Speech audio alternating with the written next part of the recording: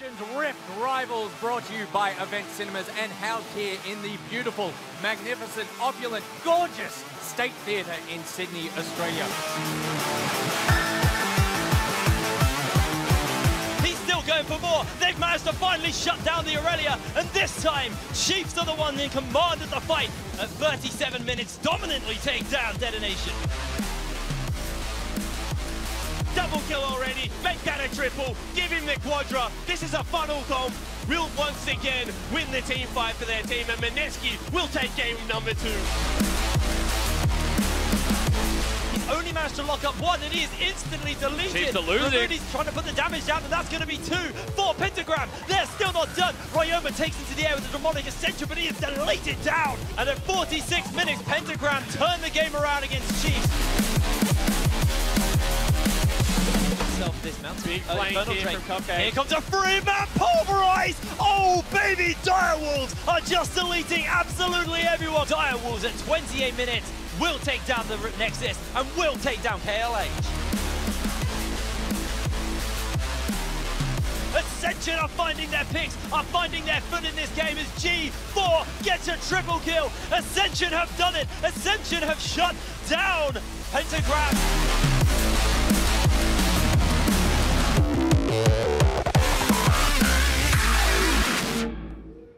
Me?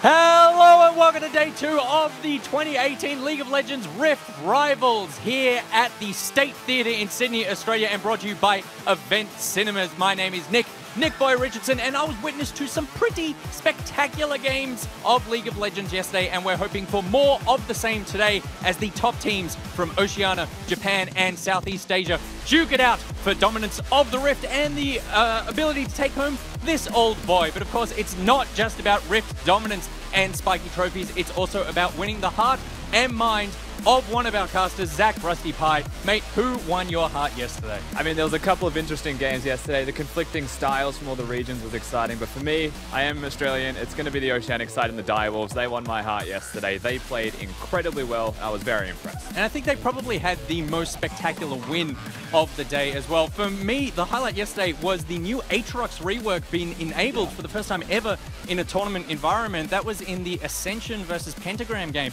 And actually, I was speaking to Ascension's top laner, Rocky, after the game, and he was saying that the reason that Ascension were so rocky to begin with is he was still figuring out how to play against this new Aatrox, which he had pretty much zero experience with beforehand, so pretty wild stuff. But of course, there are 2 gentlemen who have a lot of experience with the new Aatrox because they were frantically Googling him before the last game of yesterday, and that is our casters for the first game of today, eGem and Spawn. Thank you so much, Nick, of course. I am Jake Spawn Tiberi. Joining me is the fabulous Bryce, Ejim Paul, and we are here to bring you the first game of Rift Rivals Day 2. Bryce, lots of League of Legends action yesterday. What did you think of new Aatrox? Are you with Reddit? Are you with Spawn? Are you somewhere in between? I'm definitely not with Spawn on this one. I feel like early game looked pretty good, but fell off pretty hard. You know, fell down too many times. He was getting solo pushed out of the side lanes by an Ornn at one point, and used the new ulti, the new passive revive, just to run away. You know. Yeah, apparently taking 4 turrets. You know, trying to split push the team to victory, not good enough. But of course, guys, we do have the first game of the day coming your way. It is going to be the Southeast Asian sorry, it's not. It's the LJL's 3rd seed in Unsold Stuff Gaming taking on Oceania's 3rd seed in Legacy, and both of these teams have something to prove because already USG has lost their first game. Legacy is currently sitting 2nd last in Oceania's OPL, so both of them probably want to come out firing. Yeah, absolutely. Legacy is the one team that we haven't actually seen in the tournament just yet. Of course, 1/3 seed from every day will miss out on a single day of play. This day it will be Mineski, so the rest of the 3rd seeds here just battling it out. And does that put a lot of pressure on you, do you think? You know, only getting to play once on a given day, I mean, you have to step up to the occasion and be able to make it work. Yeah, absolutely, and I think it also speaks to like the day that you miss out on, right? Legacy missed out on the first day of play, so they don't talk. We talked about yesterday coming in and getting out your first game jitters. They're now getting that on day number 2, you know what I mean? Going into the last day of group stage, which is all that important. The later you get into the tournament, I feel like it even gets worse. Yeah, it certainly could be the case. However, let's go through the first lineup as we bring it up onto your screen. It is going to be Unsold Stuff Gaming from Japan. Uppermen in the top lane. Tussle is their superstar jungler. Garryaru in the mid lane. Gengo their AD carry, and Enti their support. And we heard a lot about this game. You know, the ability to play early game. The fact that their AD carry formerly from the LPL was a superstar.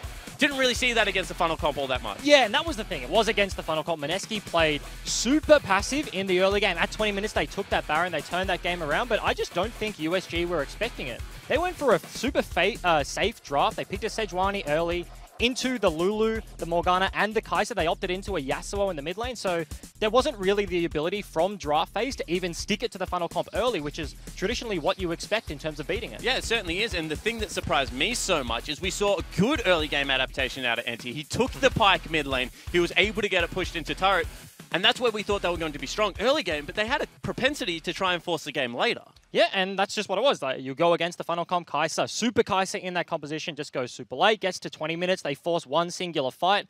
They also played the cannon. Like, they had some good answers. I really like the fact that they did pull out the top lane AP cannon from Apperman on your screen right now, and that's a good answer to something like that, but unfortunately, there was always an exhaust. There was always a reason he couldn't actually kill the Kai'Sa, and then they only got 2 team fights. Neither of them was successful. Yeah, and they got 2 cracks at it. Let's hope Legacy get a couple more today. Of course, it is going to be Oceania's Legacy, the next lineup, as we bring it up onto your screen. Their top laner is Mimic, their jungler, a new player in only Claire, their superstar mid laner, Raiden Decoy, are their AD carry and support, of course. You'll see Soul Strikes just pacing up and down behind them, trying to wear a hole in the ground of the State Theatre. As he does, you know, that's the way, that is the Soul Strikes way. Legacy, I feel like out of the Oceanic teams, have the least defined style coming into this tournament. They want to normally play through their solo laners, play through Mimic, play through Claire, but then they also have that propensity to just pick Lucian, Braum, and go bot.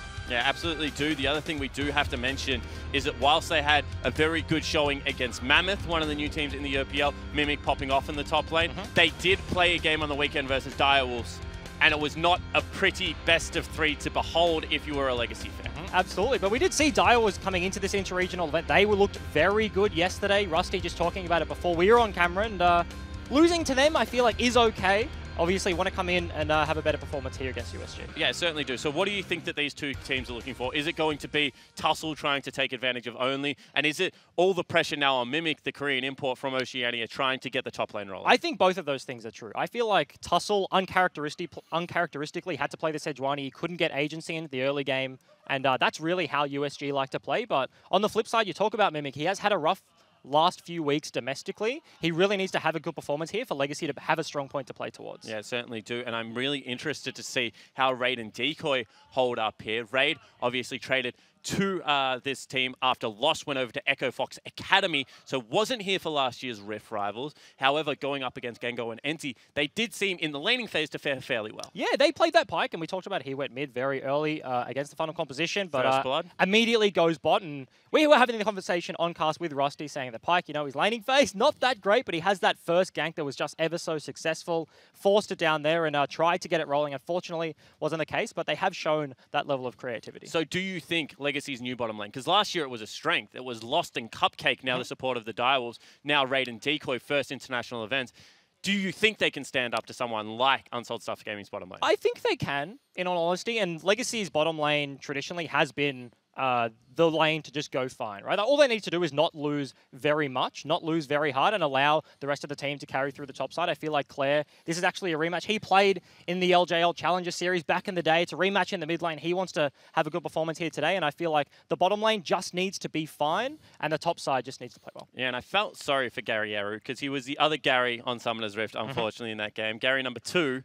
Of course. Is that what we're calling him? Gary number 2? Yeah, Gary 1 and Gary 2. I like it. Yeah, I back it. It was absolutely popping off. I mean, he got to play Super Kai'Sa, whereas Gary Aru just had to sit there and farm Shield up on him? Yasuo. Do almost not all that much in that game. So potentially something has to change here. Yeah, and it'll be super interesting coming through because in a general sense, I feel like a lot of the teams have been saying that OS coming in, they are the more aggressive team. We saw that with the Chiefs, with the Direwolves, obviously. Legacy coming in today. Are they an aggressive team, though? You mean the Direwolves or the Chiefs? No, Legacy. Oh, Legacy. Not really. And that's what I'm talking about. The LJL, I feel like, other than Dead FM, has kind of played more defensive, but everyone's been saying the OS teams are the aggressors, and I want to see if Legacy kind of pick up that mantle in this game. All right, well, we are into Champions Select. It's day 2 of Rift Rivals, Unsold Stuff Gaming versus Legacy Esports. And already we see Rakan and Morgana, who snuck up in priority big time yesterday. For multiple regions. I expected it to have super high priority for the Japanese teams, but even Southeast Asia, has been picking that one up. Obviously, in a Super Kaiser composition, things like that, it's just so potent, and Legacy do choose to ban it away. It makes sense when you have a bottom lane like Raid, like Decoy. He wants to pick up things like the Braum, stuff like that. Morgana can be a bit of a problem. Yeah, Lucian Braum, one of the biggest lanes played by Legacy, and even though Decoy says he doesn't like playing Braum, he likes to be on Playmakers, unfortunately for him, he doesn't always get what he wants. He gets a lot of Braum duty down the bottom lane. It's Lucian, Camille, Talia taken away, so is that a misread? Is only really that early game jungler, do you think? I mean, it could just be a meta ban. We saw Talia and Nocturne, as that does actually get banned away. I was expecting that from Legacy. Get banned almost the entirety of yesterday. And I feel like the one Talia game we did see had a decent early game, but lost. Yep, that was actually against the... No, it wasn't against the Supercaster comp. I can't remember what game it was in. That's your job. You're the color caster. It's going to be a Swain locked in right now. That's another pick that has super high priority. We actually saw the OS teams pick it up after domestically not having a lot of priority, but Japan, they've been the region, they've been the ones picking it up, and he just got to do the same. Yeah, and Claire should be pretty familiar with what Swain does. Obviously able to take out the big Swain team in last split's gauntlet to make it here. Actually going to go with the Zoe, which is a pick that, once again, has seen pretty high priority, especially with something like Swain blinded, maybe, no assassin coming out. Yeah, if it goes into the mid lane, of course, Swain can kind of go anywhere, can go top, can go into the bottom lane. Zoe does just get blinded for Claire, and he's a player that's had huge variances in performance. He can play well, and he plays incredibly well, but also I feel like domestically, Legacy are a team that often get early ganked into the mid lane. Claire, specifically on things like Ryze, maybe not the Zoe, has a tendency to fall pretty far behind and can be a huge detriment. Yeah, certainly can be, as Alistar locked in, so there will be aggression out of Decoy this game. Alistar is a huge Oceanic special at the moment. Absolutely is. Rakan is the other one. And that got first banned away, so Unsolved Stuff Gaming with the read. Shern said that he still thinks Ornn's really good yesterday and that Oceania had a high priority, but no one else really seemed to mirror that. Do you share the sentiment that Ornn still is that good in the top lane, even with things like Mundo Darius running around? I am always that guy that talks about engage tools and ease of execution. Ornn, you know, you just have a big fat go button from so long away. The RAM travels so far and just makes your composition so much easier to execute. His laning phase isn't even that bad. We've seen it against multiple GPs, things like that. He can stand toe-to-toe and is one of the best tanks, especially from the top lane, of just grouping with his team and making something happen. Obviously can also be flexed into a tank bottom lane role as well, depending on how far you want to throw back with these weird bottom lanes. It's going to be Tahm Kench and Ezreal picked up. Yeah. That's pretty surprising. Kind of speaks to me for the fact that Legacy want to get Decoy out of the laning phase. You pair the aggressive Alistar, very good roams there, with something super defensive, super self-reliant in the Ezreal. Of course, the Tahm Kench was blinded into the bottom lane. You expect that to go down there, so not a whole lot of kill threat onto something like the Ezreal. Yeah, and also could be the thing where they just absolutely sack raid and say, mate, Q farm, and we're going to send Decoy up towards the top lane, towards the mid lane, towards where we do like to carry from historically. And that's the thing, right? That is a blind pick on. We're expecting that to go topside. Multiple tanks might just be the bans from Unsold Stuff Gaming here, trying to kind of throw out some coverage bans for that top laner, but Mimic will be getting the counter pick in this matchup, you assume, and Legacy, they're pretty comfortable in that scenario. Yeah, and Oceania is one of the regions that has played Aurelia top lane. Mimic also plays things like the Poppy and like the Rumble, so we'll see whether it does come out in this game. Kai'Sa going to be banned away, as well as Draven. Yeah, okay, that'd be a pretty baller pickup. Don't really want to lane against that one. Of course, Ezreal, you just get hit with a fat axe in the face. It's pretty hard to trade back, especially in the wave. You know, your Qs can't go through minions. Can make things a little bit hard down the bottom lane. It's going to be the Trundle locked in. Once again, a pick that has just shot out back into popularity, I should say.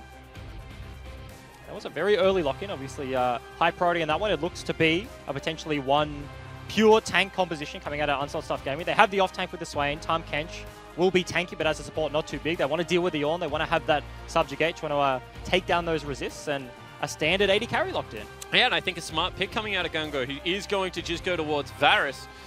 Pick up that, once again, all of these champions will struggle to get through things like chokes, get access into things like Baron from red side of Summoner's Rift, so certainly a high priority pick, and round out the comp with a Graves. I really like this, because all of a sudden you've got a Swain with multiple CC tools in different lanes. You have Ornn, you can knock up, and then Swain can rip them back. Varus can actually start the fight, and the man on your screen right here, Tussle, all of a sudden he gets himself a priority jungle matchup. He has the Graves, wants to get ahead early, wants to bully only around the jungle, and he's pretty new to the Legacy lineup. This is going to be his first non-domestic tournament here for the Legacy team, and has been struggling a little bit in the OPL.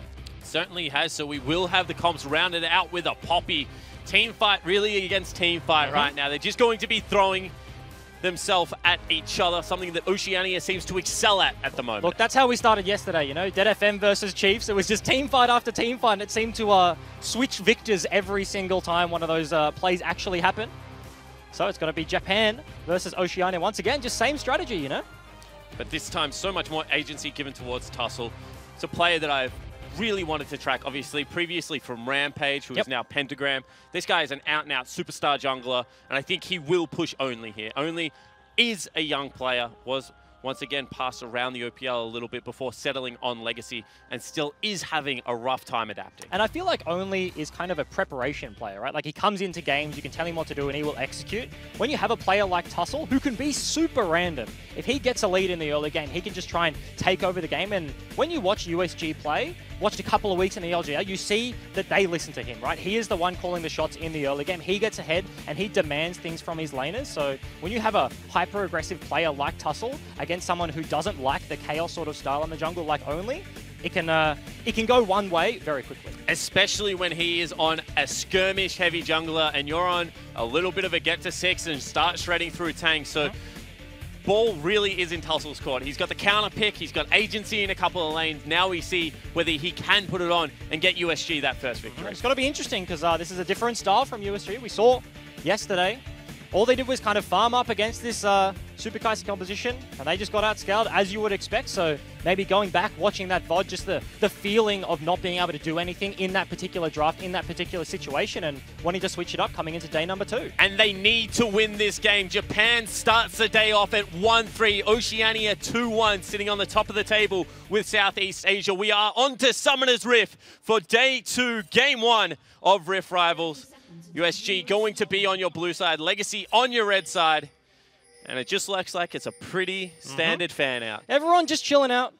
Level 1s across the board. Okay for Legacy. They have an Alistar. USG kind of have nothing in terms of CC. So everyone just playing it super safe already. We saw a few spellbooks yesterday, namely on the support position. But all of a sudden, Swain picked himself up the cleanse, wants to get out of bubbles in the early laning phase. Potentially, we talked about the ability for Decoy to roam up there and wants that extra safety. Does he get the ward? Certainly does not, but takes a big chunk of damage. Actually gets flashed into the wall and will fall down. First blood for Claire. Such decisive play out of Mimic. Burns the flash pre-minion spawn. They've already got themselves a kill before any of the lanes have even started. And denies the potential late invade that was going to come out as well. Legacy just on the same page. Not to mention, we already talked about the jungle matchup. That's an Electrocute Graves. He wants to bully out the Trundle. Trundle gets a leash, is also just safer in the jungle at this point in time, and Tussle's going to have to start later. No leash, bottom lane already back in lane, so that's disaster for the early game of USG. Certainly is. Meanwhile, however, Gary 1, good Gary as I like to call him, Yep. started E on the Swain, Yep. and has been able to put out a lot of damage, actually, into Claire.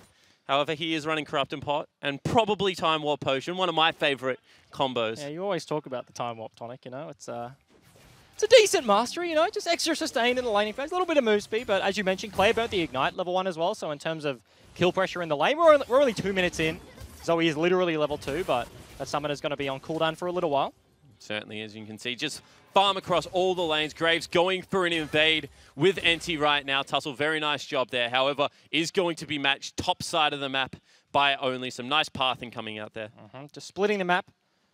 In terms of early pressure, Graves, of course, actually going to be able to get the Scuttle Crab. So because of the early kill, the gold does go over, but being able to actually get some farms to camps to farm, rather, on the other side of the map as the Infernal Dragon spawns is pretty important. It certainly is, and we're just going to see a little bit of training back and forth, and already support's very eager to get out of the laning phase.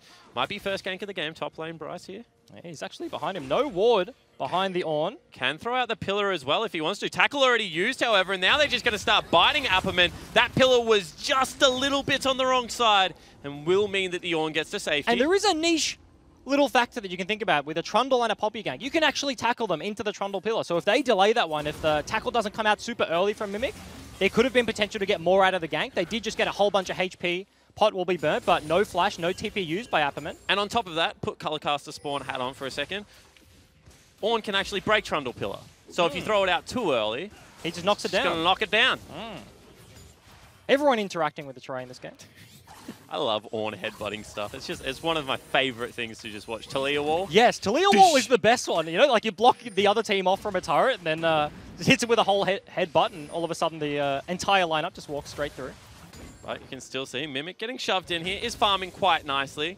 Is certainly one of the carries for Legacy. Would not be surprised to see him go Trinity Force if he starts snowballing this game. We've seen him get ridiculously far ahead. We have. Especially on this pick, you know, in the domestic season, back in the OPL, specifically into Chippies, had an incredibly good game. Of course, I did have to learn the tackle at level 1, so started the lane without the Q like you would normally see. And Ornn going to be just fine up in the early stages, but only looking for Tussle. Yeah, and you see Tussle just not all that afraid of him, turns around, shoots him in the noggin, says go away. However, now only on Vision going to start up a camp. You can see NT has moved over, but they will abandon. Yeah, bot priority means they have the potential to contest that one, but it's pretty hard to have to walk all the way around the wall. Tussle has to hold his dash for the pillar that comes out of the Trundle. He needs to have that one to get out of the slow range. If you get into melee range of Trundle, he can honestly actually contest you this early into the game, but if you can just kite him around like the Graze wants to do, it all depends on the terrain, and decides not to go aggressive into the Legacy jungle. And of course, if Graze dashes through your pillar, you kind of have to run around. It does get a little bit annoying. Mimic top side of the map is going to be So not going to be able to shove this lane in as quickly as you would like. Both top laners sitting in availability with their TP. So just wants to try and shove it in. Apperman actually just looking for a recall. Expect to see Mimic just shove this one in. TP back to base. But this is going to be a top crab with Ornn already looking for the base. That's a level 4 Trundle to a level 3 Graves. However, Claire cheating into it. Only will Checks now it. check the brush. Everything just returns to normal. But this is very good. This is very good for only on that Trundle. The early game, we talked about level 1 kill, securing the second Scuttle spawn. Mostly depends on lane priority, and Claire, despite the level 1 trades, has it in the mid lane. Top lane fairly even, so all of a sudden, has a level lead in the jungle, a couple of camps up, and gets a Scuttle Crab as well. And even though Gary Aru was able to chunk him out, has done a great job to get up in CS. At the end of the day, Claire started with first blood, which is going to give you a big advantage when you can come back to the lane. Absolutely, and we see him use it only. We'll actually walk over a wall, so USG know exactly where the Trundle is, but on the other side of the map, Deco is actually floating up to the mid lane, potentially looking for a gank. That's an exhaust burn. Certainly is. Gary goes into ultimate already, will get chunked out, will go very low. Ignite is popped, and he will eventually burn down. Solo kill for Claire. Straight up 1v1, that's 2 in the bank for Legacy's mid laner. All of a sudden, Tussle on the Graves has to come farm the wave. He's just falling further behind the jungle matchup. And Legacy's early game looking very good. Certainly is, and it's coming from the parts of the map that Oceanic fans would get excited about. The solo lanes, Mimic, no hesitation. Claire now picking up the solo kill. He is massive. Yeah, and the bottom lane seeming just fine as well. Tier picked up, they had that early base. AD carry TPs back to the lane, and they're getting zoned off a little bit now. Level 6 will be the spike in terms of pressure for USG on the bottom side. Tahm Kench needs the CC from the Varus to be able to all in. If you can lock down the Ezreal for long enough, this Varus Tahm Kench can actually do a lot of damage. You know that they went for the Ignite. They're looking for the kills if they can find it, but pre-level 6, it's very difficult. Certainly is, so it just will result in some extra experience, a little bit of extra farm. But the rest of the map is under siege right now, and that wave will eventually push back. Yeah, it will. Missing ping from Legacy actually goes onto the Infernal Drake, so I expect to see them walk down there. Only try and set up a little bit of vision control, maybe look to get that one early. As Tussle kind of reading the play path down towards the bottom side on his golems right now. Just wants to get a little bit of vision. Nice cheeky trade there coming out of Gungo. Will chunk Raid to half health, get rid of his last potion. So is now starting to put the screws in on this bottom lane. Yeah, and it's important to dodge the Ezreal Qs. Actually, combat. Going to come out from Decoy. Just for a little bit of damage. Of course, Ezreal with the Klepto, we can kind of cheat in this regard. He can get potions back if you can play up on the lane. If you don't dodge the abilities, you don't just take the beating in terms of damage from the Ezreal Q, but if he gets more sustained, he can stick around for longer in the laning phase. And the control over the bottom side of the map is starting to be more apparent out of Legacy now. Claire, priority is always going to be there. Wards on the back of the red buff means that it is very hard to gank. And it's a multi-step process, right? They have the pink wards floated more towards mid lane. They need to get their bottom lane out of this hole where they're just constantly being shoved in. But if Claire can just float into the bottom river like he's doing right now to pick up maybe a blue buff, next wave, he goes back mid, pushes it out, comes down again, then Legacy's bottom lane are kind of unlocked. They can start clearing out the vision that USG have around there. We saw them ping onto the Dragon earlier. You know it's on their minds. They want to take it down, but it's just a multi-step process to eventually get there. Certainly is, and right now Mimic is setting up first step of that process, has got eyes on Tussle, who we expected to have a very good early game.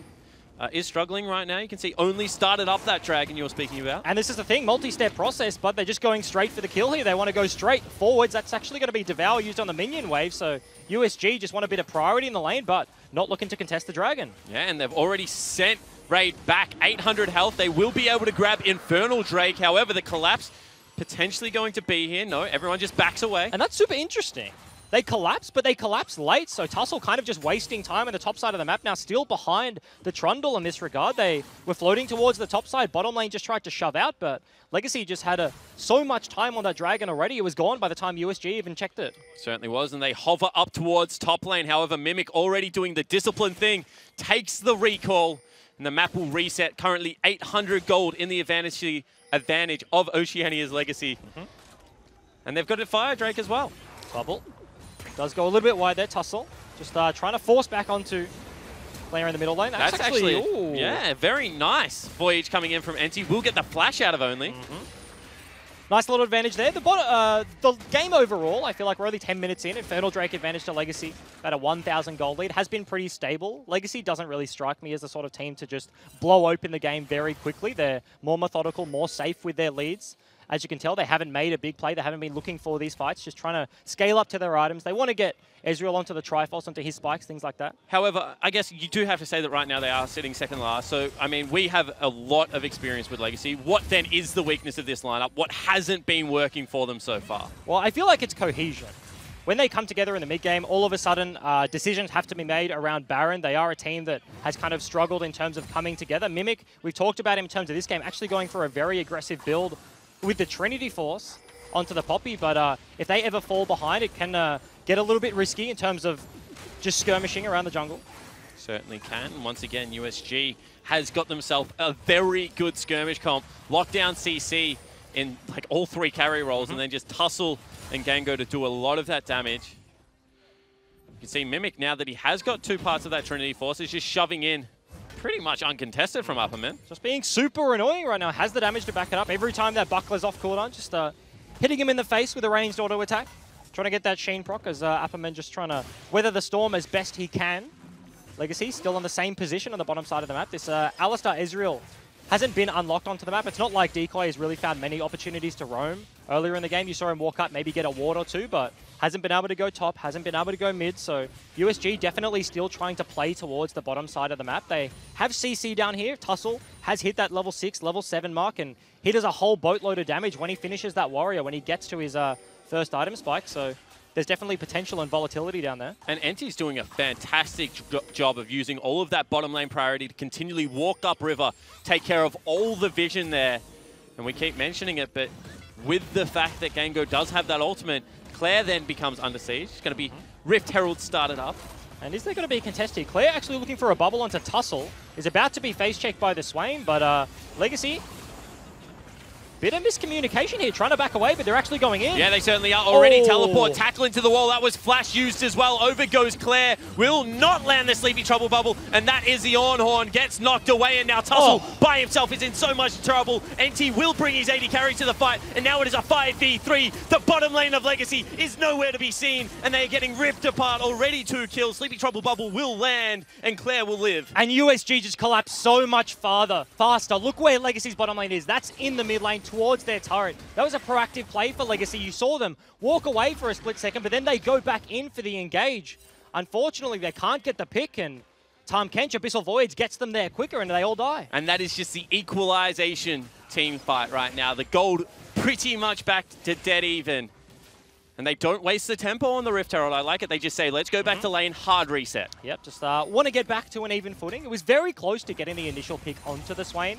Mimic, flash tackle into the wall, and Clutch flash out of Gariaru on that Swain, gets him out of trouble. We're about to see that in about half a second. Bubble is down for Claire initially, and the TP actually channeled from Raid on the Ezreal, comes in, and then actually gets cancelled. So all of a sudden it's bottom lane, comes in from behind Abyssal Voyage. The Poppy into the Ornn matchup is something we saw yesterday, specifically in just cancelling out the Ram coming through, and this is just a 5 versus 1 at this point. Gary number 1, or Gary number 2, I'm not even sure at this point, uses the Zhonya's to keep himself alive, and Claire just has to get the hell out of dodge. So summoner spells used by Claire, used by Mimic, both the flashes down, everything really used by USG, but they came out with 2 kills, so you have to say investment worthwhile. Because there's no item spikes for Legacy in that fight. Triforce being built by Poppy, doesn't have it completed yet. Ezreal just sitting on the Manamune and the Sheen. Claire doesn't even have his first item of the game, so in terms of fighting this composition, USG just went back. They picked up their Bork. That's Rod of Ages starting to tick over for the Swain. Frozen Heart now completed for the Ornn. So across the board, kind of leveling up here is 50 seconds left on the Dragon. And so much of Poppy's kit is just that flash tackle. When that was gone, there was just nothing else Poppy could really lend to the team fight apart from the disengage of the ultimate. Because without their bottom lane, they don't have hard CC. If Poppy doesn't land that target, you have maybe a bubble that can land from Claire, but that's unreliable at best, especially in an open space like the river. If Alistar's not there, then there's not really any AoE lockdown for Legacy. Very nice headbutt to stop himself getting eaten up by NT. Yeah, NT was trying to acquire some taste for steak there. Big beef fan. Yeah. Tussle just zoning away Claire right now. And Legacy potentially looking for a dive into the top side. Pings went down, but they're actually continuing here. Mimic. No, they actually don't want to dive. They're just going straight for the turret. And this is a very smart play. I mean, this is going to be first turret picked up if they can get it. Ornhorn comes out. Mimic will be knocked up. 2 members are heading towards the top side of the map, and they will have to disengage. And that is the resources used by Legacy, but USG do match. Ornhorn delays for just enough time. Mid lane and jungle rotate. Tussle and Gariaru come up there, so they're just going to get themselves a blue buff, but Legacy sticking around for the turret. For now, that is the case. Upperman will continue to just clean this one out. Mimic will take the time to now get a recall in. But bottom lane, with that Blade of the Ruined King, with ultimate and flash still available, action could really happen anywhere right now, so Raid will take a recall. And I feel like it's interesting we haven't seen Tussle actually try and do anything in the bot side now. This bottom lane for Legacy has been constantly shoved in by Gungo and NT. They have the CC. Earth Dragon now spawned, and Tussle actually does a whole boatload of damage at this point. All he needs is the CC onto the Ezreal. You can blow him up immediately, but constantly trying to just match plays on the other side of the map. Been more reactive than you would expect. Yeah, absolutely has. And, you know, it seems that he's been farming a lot, but then you have a look and he's not really all that ahead in farm. Obviously, poor early game in that regard. Because he's been trying to catch back up, and I guess the big thing is also the mid priority, which has just been heavily in Legacy's favor this entire time. Claire still 25 CS up, has those 2 kills, now completed his Luden, so continues to have that mid lane priority. It's hard to make plays onto the side lanes when you just get collapsed on by a Zoe almost immediately, so kind of understandable, but he's been constantly looking for opportunities. And this Trinity Force Poppy is going to take first turret. Meanwhile, bottom lane Raid is in so much trouble. Has to burn the flash, trying to save the turret. Teleport will come in, and for now, he will live. And do they actually commit to this one? They do. Mimic actually lands. No cancel on the TP, but Decoy goes the safe way. They don't want to opt into this, as only on the other side of the map is actually just going straight for the Rift Herald. Certainly is, and you can see that Decoy wanted to recall, wanted Mimic to take that bottom lane farm, so they are going to get the lane assignment they want, as well as the objective. You have to say, good play out of Legacy. Yeah, absolutely. Nice read there. They dissuade the dive. Summoners do have to be burnt. Raid, very nice flash from the Chains of Corruptions that come out of Gungo to get himself to safety, but just bought enough time. As Legacy looking for something mid. Bubble does not land. But still, they have all this priority around bottom side of the map. They're looking to now hit the mid lane turret, and they actually pop Rift Herald. Yeah, committing to this one. Ornn still on the top side, no TP, but can walk over pretty quickly. The big thing, Gungo, still in the bottom lane. Do Legacy stick around for turret number 2? Do they just hit the wave and back away? Looks like they want turret number 2 for now. Teleport will be channeled and completed. That is out of the 80 carry Gungo, so it will get a charge off, and they will now just head towards Dragon. But I feel like this is a classic Legacy early game, right? Like, they're just playing for the objective. It's been a solo onto the Infernal Drake. Now they're taking the Earth. They have picked up the Rift Herald, and it's just been slow, steady build of their gold lead. And it's been successful so far. 1,500 gold up. They've got themselves 2 dragons. Next one will be an Ocean, so not all that much to write home about. However, still are getting towards those spikes, especially Claire. Obviously, very familiar with the LJL region, as you mentioned in the pre-show. Ejim did spend a split over there in the Challenger Series. Came back to the OPL and has been performing pretty well across the board. Ups and downs here, but as I was saying, Legacy sitting pretty comfortably here. Gungo just going to farm the wave underneath his turret. And I'm interested to see if Legacy flip the map or anything here. They've now taken the Dragon. They have the opportunity to roam out of base. They do have the tempo advantage right now, but looks to just be a standard deploy. They're at a TP disadvantage because Mimic's not really going to have his up when Upper Men's is available. So they do need to be careful of getting collapsed upon, potentially why they don't want their duo in the long lane. See how this does work out as the game continues, because still very worried about USG's scaling potential as this game progresses. If Gungo does not get one hit, going to be very hard to deal with a turret that is Varus. And you can tell that's what Legacy want to do, right? This is a Triforce Poppy. That is abnormal in this situation. They really do want to one-hit the AD carry on the lineup of USG. And I feel like Japan, this tournament, have shown, we're only one day in. This is first game of day number 2, but they've been happy to play this slow, more like Korea style, where you do just sit back, play it slow. They're a little bit behind, but not too far behind. Farm up and take it to these more aggressive Oceanic teams in the late game. Yeah, USG was supposed to be the anomaly there. They were supposed to play a little bit more quickly. However, First Blood this game, funnel comp the game before, potentially getting frustrated by the lack of standard games. Yeah, maybe not an intentional choice in this situation, of course. If you're behind, you don't dictate the pace of the game. Legacy have the control here, as they might just be looking for something in the bottom lane, but USG have been behind from the start. Upperman nearly has his teleport back available. However, Sleepy Trouble Bubble does land. Eat is there. Great flash from Enti. Will get Gungo to safety. And Decoy actually has his flash available. There was potential for him to follow that one underneath the turret. They could have committed to the play, but no, they take the summoner advantage, playing it slow here, looking to potentially siege the last outer ring turret. You can see very aware they don't have teleport, so they've already cheated Mimic into that middle lane, looking to get priority. However, Cloud now left, which means that USG should be able to reapproach this lane. Tussle is around. It's double melee champions against double range in terms of the Varus and the Graves, so it's hard for Legacy to actually hit. Raid would have to be the one to step up, but they don't really have much disengage. Alistar disengages just by going back in on the enemies. So. Another Sleepy Trouble Bubble lands. This time it is onto Tussle. Misses the Paddle Star. Probably would have been the kill. And that would have been a whole boatload of damage, if not the kill. Claire once again pulls the trigger too early. Yeah, certainly does. However, another Sleepy Trouble Bubble landing the CC, just not the damage. But that might still be enough. They look like they have dissuaded USG. That might just come out of Tussle. They do get the turret. Not the kill once more. Mimic, actually. Yeah, actually going to be able to flash over the top of the Ornhorn and get the solo kill. And you saw that play from the beginning on the minimap. I thought he was just trying to dissuade the TP coming out of Upperman. It's TP disadvantage for Legacy, but buys enough time up there, and that's a straight-up solo kill. Legacy now go 2 for 1 in the bottom lane. Yeah, absolutely do, and that's going to be a 4,000 gold lead. We said this team likes to play slow, but force through for 2.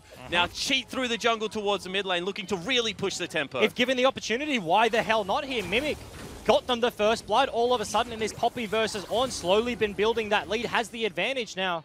He's solo killing in the side lane, opening up the map for the rest of Legacy to just take down structures. Will need to go for a recall because he has no mana left available. However, they are going to use that Tahm Kench ultimate. Very nice Sleepy Trouble Bubble from Claire will get him out of dodge. And Legacy actually just did such a nice thing. Rotating from bot all the way up to the top side of the map. They took every jungle camp away from Tussle on this Graves. He's still behind Trundle, has been from the beginning of the game. That's now a 20 CS lead in the jungle and literally has nothing to farm on the map. And he's going for a strange build, potentially going to be Duskblade, potentially going to be Youmuth. We normally see something like Black Cleaver into potentially Phantom Dancer if you want to get really aggressive. Especially against the composition with minimum 3 tanks. You have an Alistar, you have a Trundle, you have a Poppy. Poppy's gone for more damage this game, but once you're already behind on the Graves, opting in for something like this Ghostblade, potentially Duskblade, does seem a little bit greedy from the Japanese jungler and Tussle here. However, he is known to be their carry, so potentially stubborn to his ways for a good reason. So we take a look at the CS advantages. Everywhere fairly equal. It's just the fact that it is 4 turrets to 0 that lends itself a 4,000 gold lead for Legacy. But item spikes have been hit by Legacy here. They've now got 2 items on the Ezreal tier, fully stacked. Zoe sitting on 2, Zeke's completed for the Trundle. So all of a sudden, Decoy and Raid have been put into the mid side. They have TP on Mimic in the bottom lane, setting up around this Baron. If this Alistar has the flash available, which he does, if they can get onto any singular carry, this team fight could explode for Legacy. And it feels like they missed their window, and worse yet, they kind of jammed their fingers in it as once again Claire going to go for it, but great damage coming out of Gary Arrow in the mid lane. Already uses the cleanse. That will be stopwatch burnt from Claire. Will flash away as well. Flash forward from Gary Arrow. Actually might be able to grab this one. Ornhorn is going down, and somehow no, Claire will fall, and the rest of USG is now here, only taking a boatload of damage. Flashes over the wall. Decoy looking to dissuade Tussle from entering this fight. Mimic's being caught out. Turns around, goes on to Enti. However, that is a tanky catfish, and Apperman now will just continue the chase. Gungo is here, and that will be Mimic falling. USG take the fight. And it's just battle of the Zhonyas here. Both mid lane is buying so much time, but Legacy, they finally arrive to the fight, but they're just so split up. Mimic, he is actually very strong right now. Comes into the backline caught between a rock and a hard place. He just falls down doing absolutely nothing. And the Swain lived for so long. And the mid-game woes for Legacy continue. They started that exchange with both Dragon, with Baron available, still fighting in lanes. Now give over a truckload of farm and a reset map. And unfortunately, from this point onwards, Dragons not looking like too much of a prize. They're going to put this one in cooldown. They're going to take an Ocean, but... I mean, you have a 1 in 3 chance of getting a Fire or a Mountain next. Yep. I would say you should be putting Dragon on reset, even if it is an Ocean. Yeah, it's unlucky that it's an Ocean now, whilst they still have the control. Of course, they lose that fight 2 for 1, not the worst thing in the world. They still about 3,000 gold in the lead, still setting up towards that Baron play, but now that Mimic doesn't have TP in the bottom lane, they burnt multiple summoners on the mid lane, on the jungle. USG just continuing to hold on. Yep. Storm, Earth, and Fire Drakes picked up right now for Legacy. And whilst we can say Legacy hitting their power spikes, you know, Gungo going towards now crit, has picked himself up what looks to be the first Zeal item of the game, is sitting already on 2 items. You know, Gary Arrow in the mid lane has already got 2 items as well as a Merc Treads. It was a Youmuu's picked up for Tussle, so a man after my own heart. He's going the Cleaver, you know, has the Kindle Gem to try and build into that one. Potentially USG just going to pick themselves up a free turret here. It's a nice little play. They see Great back there. Decoy going to have to burn the ultimate and still might fall down. Has not been ignited. The Ram will miss, but they get the flash out of the Alistar. But now he's ultimately useless. No flash Alistar, no ulti. Literally on 2 HP. USG. Sleepy Trouble Bubble also lands. Do they commit for the turret? It's just raid here. Not a whole lot of wave clear. Zoe will hit it and they do back away. Yeah, actually, Mimic just gets all the creep there. Gary Arrow continuing to poke out. They will get rid of that mid lane siege. Turret will survive, but you can see the comp starting to work for USG. Yeah, absolutely. This is the time where they've just lost the last team fight. They almost just got picked off on the likes of Decoy there, and USG clawing their way back. You talked about they have the crit 80 carry. Crit is very expensive on this patch. Quintus was nerfed, but Varus late game dishes out an incredible amount of damage. Once he gets these items, he can become an incredible threat. And I don't think I've ever really seen a game where a duo lane at 26 minutes in is 0-0-0. Donuts in both lines, Egypt. That is a 6-pack. That is. So how many different food references did you get into that one? Couple. I'm pretty proud of it. I like it. I like it. But yeah, just haven't been influential in anything Legacy have been doing. The first play, USG were faster to collapse. The Alistar Israel so far away, and it's just been playing around Claire, playing around Mimic for the rest of the game. Good vision control means they spot out this potential flank, and the good slow coming out from the eye. You can see they're trying to get some semblance of control over their jungle area, but right now just cannot do it. They're still trying to set up this Baron, haven't really found the pick they need. Might just have to force at some point. They have a Trundle, they have a Poppy, they have an Alistar, so they can tank it up, but now just constantly denying the vision. Oh, that is Bubble big lands. damage, and Bubble does land as well. They're going to have to pick him up and take him. Into the backline goes Gary Arrow, uses that Zhonya's Hourglass as well. Knockup is there, however, still falling down so low, will go down, and that means the USG squad is in full retreat. Upperman trying to tank up, Mimic trying to get into the backline, will tackle him back and burn the flash, and that should mean they head towards Baron. And Mimic multiple times that fight, trying to tackle people into the rest of Legacy's lineup. The bubble lands on the initial pick. They get the kill onto the Swain. He's up in 30 seconds, but it might just be enough time for Legacy. Yeah, he does not have the teleport as he used both summoner spells this time around. You can see they start up the Baron without the 80 carry, although has teleport. This one is a risky face check. There's no Varus ult, there's no Ornn ult, there's no CC for USG. Claire running interference here onto Enti, and this might just be gone. Yeah, and they miss the blue trinket as well. Already at 600 health, it goes down. Sleepy Trouble Bubble is there, eaten by Enti. However, Headbutt Pole, good flash coming out of Enti. Good flash, keeps them safe. Legacy still looking for more, though. Pillar onto 2. They're still going. This is the longest fight in a Bubble? long time. Bubble lands, Oh. and Gungo goes down. It's a shutdown, and into the back line they go. Apperman will join him, and this will be Legacy pushing down mid. And bubble after bubble just landing for Claire. Started the game with that kill, and they might just be able to break the base on this one. 5 versus 3. Certainly looks like they're going to try. They still have a creep wave here. Mimic is still trying to chase Tussle out. And this is the LJL squad, not even with a turret now. At 28 minutes, Legacy will break the base. And do they commit for more? Potentially just going to go topside. That is a huge wave there. Might just be a free turret. Cheeky Hex flash over the wall, gets decoy out of the enemy base, but big gold swing for Legacy, now almost 9,000 in their favor. Yeah, it looked like Sleepy Trouble Bubble landed again there from Claire. You can see they're just pegging projectiles at their opponents, and they will look for another turret. This is risky. Bubble misses. Gary Arrow going in, actually just gets knocked away, and now Tussle trying to put out some damage. NT is there, but Ultimate will land onto Mimic. He is a very tanky boy, does get ripped back, does get bound up, and will fall down. But it's a huge flank TP for the Ornn. He's behind Legacy. All of a sudden, this might be the team fight. Desperation play coming out. Will get pillared, will miss the Ornn Horn. And he absolutely gets blown up. Now Claire trying to continue the fight. NT trying to acquire the taste. Very nice snare. Means that Raid now is under fire. Headbutt Pulve is there. NT eats up Gango, and he's going to continue to cut this one out. However, gets stunned up, gets taken down, and only is a monster. Here's a Trundle on a mission in the front line. Will continue to corral them back towards their base, and that should be the reset. And there's, actually Claire, no, looks for the bubble, does not land. Still does flashing he get the forward, kill? flashes forward for the next one. Now looking for NT, looking for them both. Will get one, will get two. Claire is unstoppable, and Legacy now will look to close out the game. That was such a nice flank from USG, but missing the Ornn ult, he turns it around. And Oceania starts day 2 like they started day 1, on the right foot, and they pick up the win. All of a sudden, Oceania sitting 3-1 right now. Top of the table to start day number 2. Japan coming in as the victors from last Rift Rivals. They've only got a single point. And I think from everyone at home looking, Japan would have been one of the favorites. They didn't lose much of their strength. You know, Vietnam leaving Southeast Asia, and the Japanese region was a region that actually won Rift Rivals. You know, Oceania, propensity to not perform on the big stage is internationally kind of what is said.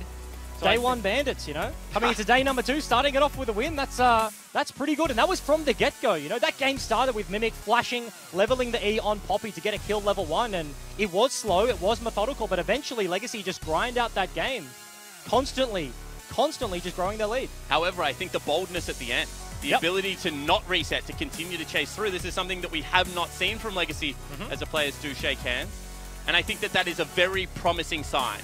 Because that is the most tame Oceanic squad in this tournament, and they still were willing to really put the pedal to the metal. And that's the thing, the Ezreal on that last fight, the Zoe were so incredibly low, but those two champions, they don't have to commit, they have so much non-committal poke. There's CC, the Alistar still sticking around, Zoe Bubbles, the entirety of that game was netting Legacy pick after pick, and with that last team fight, just eventually they just break through the base, they close it out, constantly pushing for more, and Claire just had a monster performance. Yeah, he certainly did. I mean, Zoe right now just seems to be a pick of the tournament, something to watch. Yep. So hard to shut down. Once she gets 2 items, just absolutely rolling everywhere on Summoner's Rift. And you get hit by the bubble, and your whole team has to play around it. It's a CC that is so impactful. And they only had one ability to play around it, right? Like, unless someone's going to face tank the damage, which at that point, Zoe's dealing enough damage to anyone. If the Tahm Kench doesn't have Devour available, he can eat one person out of the damage follow-up from Zoe. And that's it. Every time the bubble coming out, the next one, it's not the first, it's the second that lands. That is a big problem for USG to deal with, and that's just what we saw that game. And this is back-to-back games with USG where it just looks like they could not get an early game rolling. You know, against the funnel comp, maybe you say, you know, what can you do? Where can you really gank? The team comp isn't set up for it. But this was a 50-50 game, both team fighting comps, and they fall down. Because that wasn't lack of preparation. That wasn't not knowing what the enemy team was going to do, like we saw versus the funnel comp, where they just drafted something that was just very hard to win from that phase. Whereas this game coming in, they picked their stylistic play, right? They picked the Grays for Tussle. They wanted to get him rolling early, and he was the one that died very early in that game, set him so far behind. He certainly was, and with that, it is going to be Oceania's Legacy picking up the first win of the day. But don't go anywhere, because after this quick break, we'll be back with more Rift Rivals action.